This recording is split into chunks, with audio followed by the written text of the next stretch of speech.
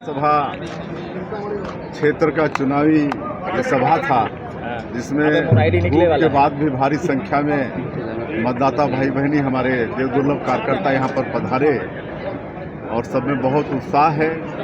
और यहाँ के मतदाताओं ने 75 साल में पहली बार भारतीय जनता पार्टी को जिताया है। एक कर्मठ श्री राम कुमार टोप्पो को विधायक बनाए हैं और 3 महीने में ही छत्तीसगढ़ की सरकार ने बहुत सारा विकास का काम यहाँ पर स्वीकृत किया है।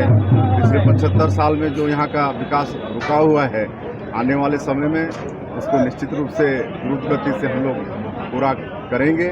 और आज जो उत्साह है यहाँ कार्यकर्ताओं में, निश्चित रूप से जो बढ़त यहाँ पर मिला था विधानसभा चुनाव में 17,000 का, हमको लगता है कि लोकसभा चुनाव में ये बढ़त दुगुना हो जाएगा। कांग्रेस की राष्ट्रीय प्रवक्ता राधिका खेड़ा के साथ कांग्रेसी लोग दुर्व्यवहार किए हैं। उनका एक वीडियो वायरल हो रहा है।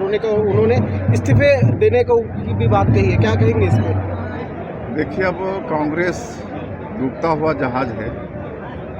इनके घर में बिखराव हो गया है। यहाँ के जो भोजन व्यवस्था कार्यकर्ता ध्यान देंगे। उनके घर में भी बिखराव हो गया। उनकी भाभी श्रीमती सीमा बघेल वो भाजपा ज्वाइन कर चुकी हैं। तो इसी से अंदाज़ा लगा सकते हैं कि कांग्रेस में किस हिसाब से मतलब बिखराव है।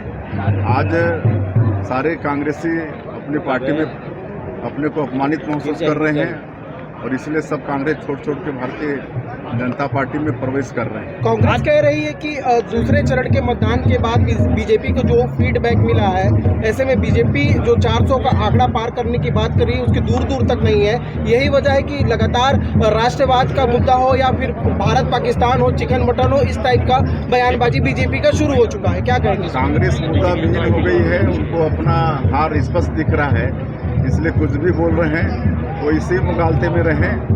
इस बार लोकसभा के चुनाव में बिल्कुल देश की जनता और छत्तीसगढ़ की जनता उनको नकारने वाली है।